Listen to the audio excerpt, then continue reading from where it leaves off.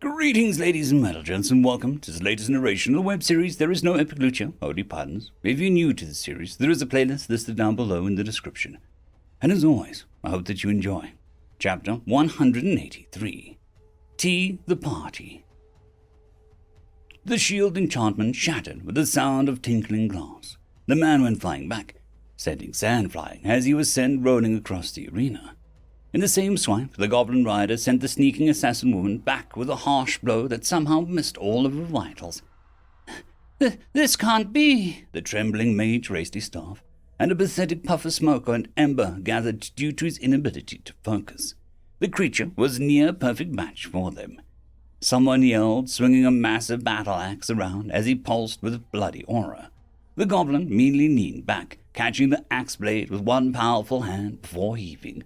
The man was lifted into the air, and the monstrous boar the goblin rode, turned and kicked like a horse, sending the man so far back that he hit the walls. It was a miracle he didn't explode into meaty mist. It was a miracle none of them were dead. Is this the might of your group? Where is the synergy? Where is the thirst for success? Where is the revel? The goblin boss thundered, and the ball slammed down, creating a shockwave that sent the rest of the party reeling.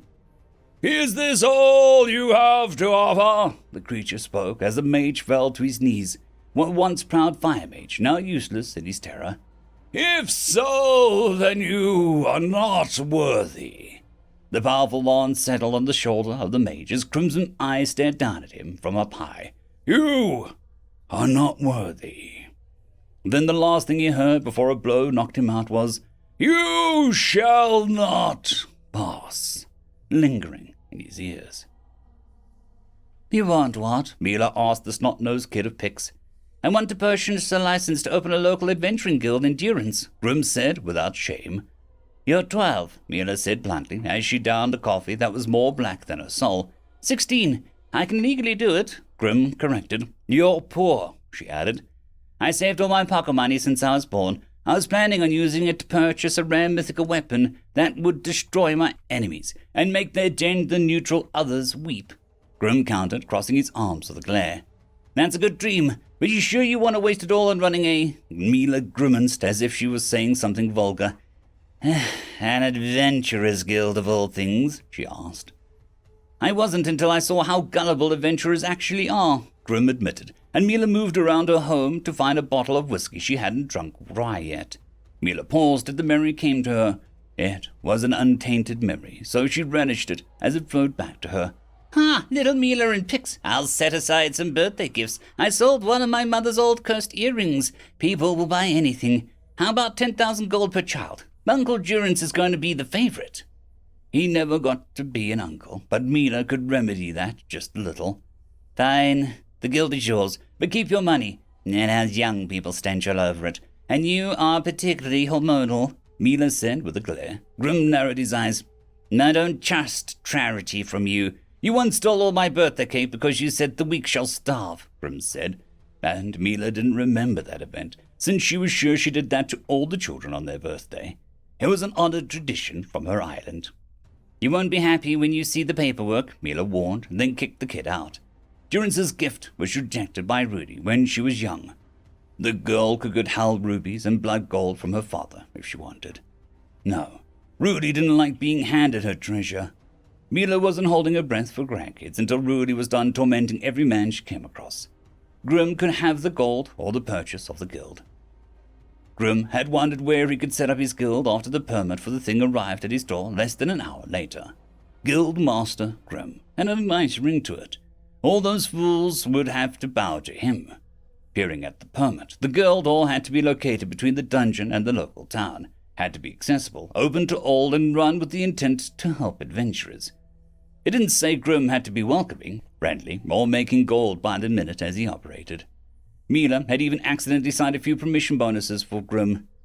"I can reject certain quests, limit adventurers. I don't need to feed or house anyone, and I can construct one next to the dungeon if I wanted," Grim hummed, and then his face turned serious. "I don't know how to build things," he admitted. He remembered something about a builder in town. He peered down the street of Durance. Page Turner's bookstore, weathered wax candle store, Real Beauty's fishmonger. Aha! Grimm's eyes paused on a small, dinky corner store. No mad, easy construction, Grimm said with satisfaction. He even knew who ran the place.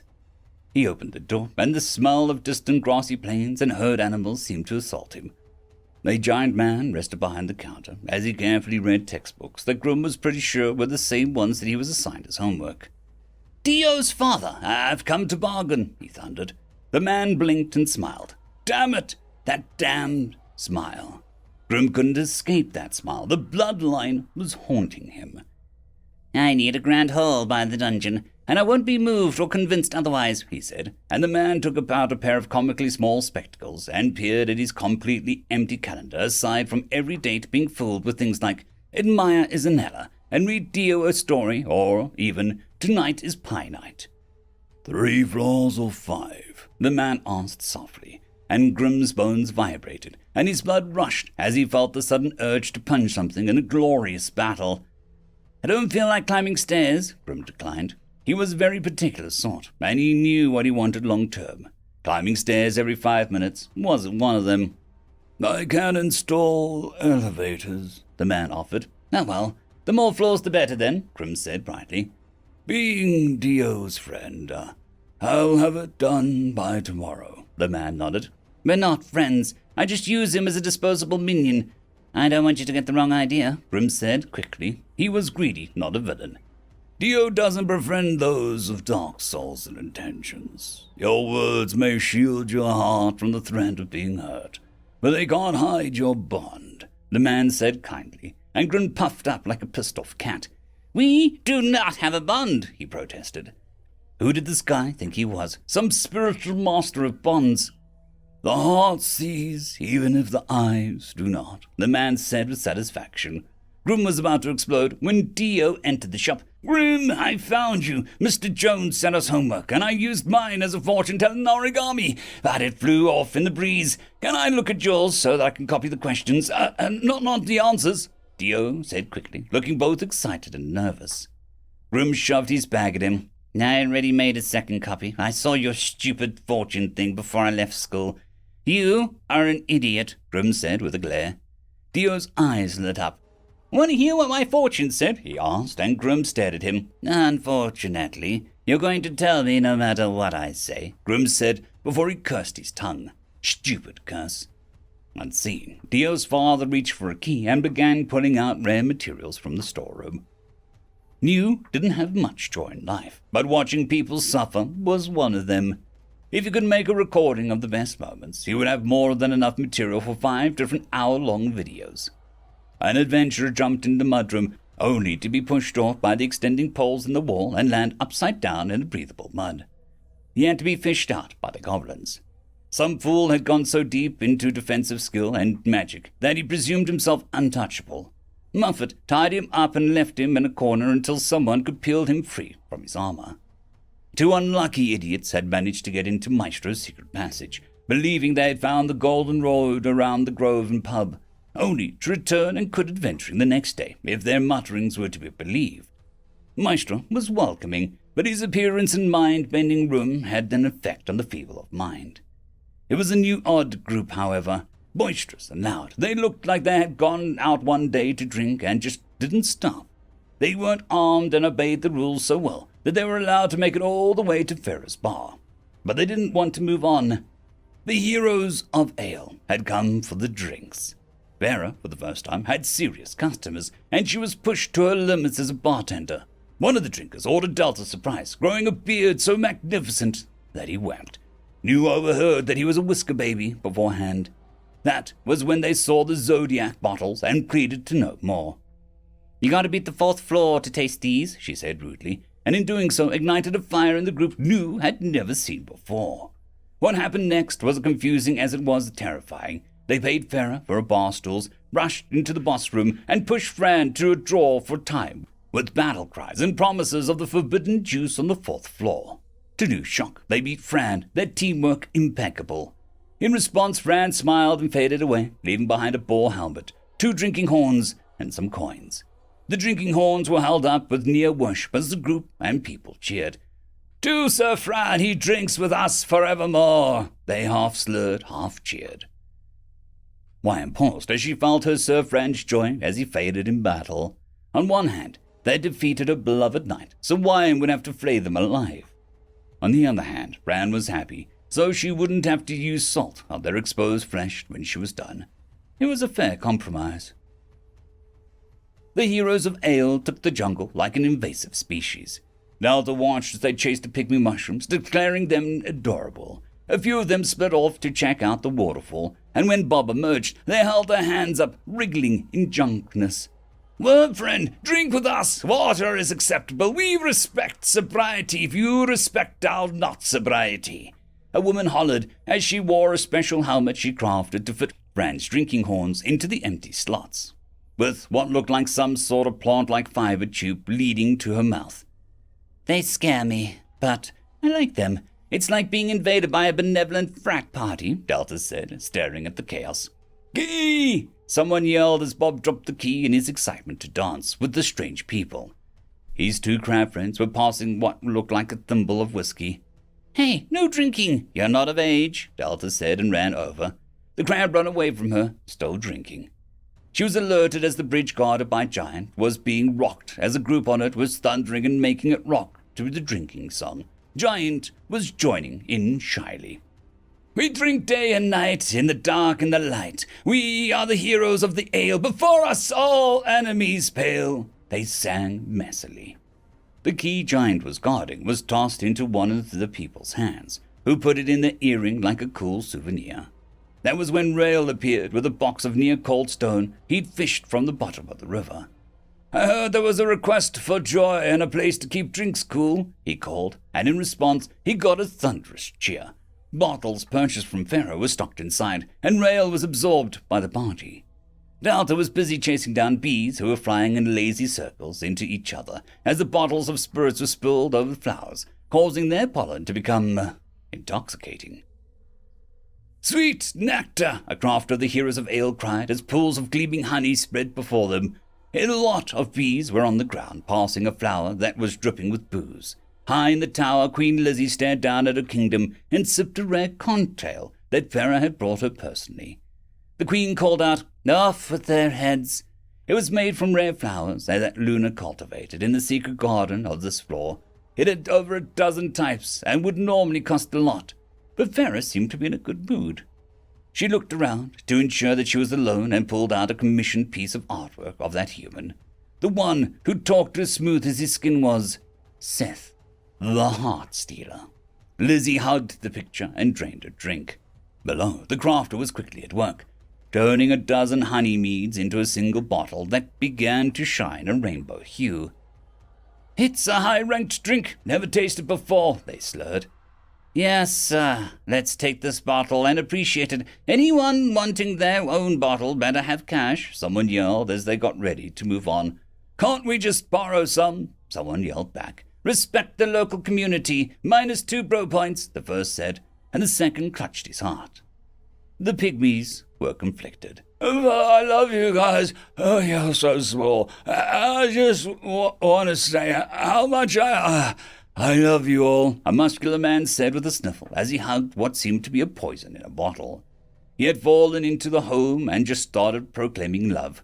Normally, a sacrifice of hair and more would occur, but they weren't sure if they wanted to offer this particular mortal to the Great Mother. "Oh, you're all just so small. You're doing your best," the man went on, tearing up. "Mortals could leak." "Give him the key, and he'll go away," the eldest hissed. The three great pygmies were at a loss to the man who didn't even enter the labyrinth, and thus they couldn't test him. "Isn't that disrespecting tradition?" a pygmy asked in a puff of spores. "He's leaking salt water on us. He was dangerous," the elder replied quickly. The alchemist sampled the poison, as was its nature. Sweet, but different, it mused and dunked its whole head in. Delta could take comfort in one thing. The undead couldn't get drunk. The booze literally went down the bottom of their stomach. That was what she had hoped, however. These heroes had a scary ability. The circus of the dam was alive with music, partying, and stunts because they had infected the skeletons with undead animals with vibes. The sheer mood they brought seemed to lift even Remy's ghoulish pallor. In the mess, golden piece of popcorn was taken and added to a mixture of beers. The entire thing flashed golden when it was done, and Delta stared as people hugged each other. I love you. No, bro. I love you. The others were just grinning. Remember when we just met? One nudged another, who laughed. The skeletons took some of their legs off, and people began to conga line under the merged bone pile. Delta stared until Remy held out a hand. He seemed to be grinning at her. "Isn't this wonderful?" he seemed to ask. Delta tried to be stern about all the alcohol for the moment. She sagged and took his offered hand. Delta laughed as she was pulled into the line of conga-goers. "So if you like the beat, take a lesson from the Cuban Pete, and I'll teach you the chicka-chickity-boom, chickity-chickity-boom." She sang along as the circus became a party of unchained joy and music. In the corner, Maharia barfed up a mixture of necrotic green energy and golden sparkles as she held an alcopop mixed drink in one hand. She stood up and glared at the full bottle. "I will defeat you and drain your contents like a soul," she swore and took another swig. 3 seconds later, she bent over and barfed. Wyam was wondering what was going on outside as her gates opened. She had just readied her speech about pain and deliverance when she froze. Dozens of topless people were filtering in with a cheer. Some had beers glued to their bodies, while others were covered in honey. Others had drinking horns filled with tree sap, and with crunchy yellow leaves in the others.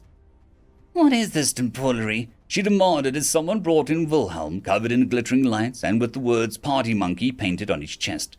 "Behave yourselves. This is a place of worship," she demanded. "Slam a shot for the goddess!" someone cried, and everyone drank. Wyam got a tiny boost of power, and she glared at them. "Don't you dare taint my divinity with your boorish behavior," she threatened the party. "Keg barrel stands for the tree goddess," Delta screamed, blushing red as she swung her drink around. "It's fun to worship at the WYIN." Luna danced between Rail and Giant, dragging Davina into the mess, who was flustered as Rail grinned at her. "I refuse. I am not a goddess of booze, drunkards. I am a goddess of life and pain," Wyam tried to yell over the music. A few seconds later, "Stop hitting each other on the arses!" Wyam turned to Delta, glaring. "Gotta make a move to a town that's right for me. Town to keep me moving, keep me grooving with some energy." Delta shot a finger of guns as she was lost in the thronging of the party people. Wyam was about to blow a gasket. All she wanted was some tortured souls and to curl up with her murder mysteries in bedtime. Wyam was afraid what they might do with her were rewards if she let them pass. They might tell others that she was a goddess of revelry and booze. Her image would be ruined. Alcohol was only fun when she could mock others for their hangovers. Wyam glared, and someone offered her a drinking horn. "Why would I want such a disgust?" She froze as she recognized the horns finally. Sir Fran's treasures. She snatched the horn and drained the fluids within. It was masculine and tasted of burnt oil, just like her night. A pleasant warmth of cloud of pink covered her memories. From that point onwards, Wyam would wake up later, covered in honey and with 3 naked people in her branches. The party had moved on without her. End of chapter. I'd quickly like to thank the T5 peeps: Bitmori, Terran on Air, Cold War Boomerwaffen, Severin Cerberus, Red Panda 121, Leslie 517, Bushmaster 177, Caspar Arnholtz, Cam Maxwell, Lightsjock, Dragzoon WRE, Lord Azrakal, and Arcadian. Thank you.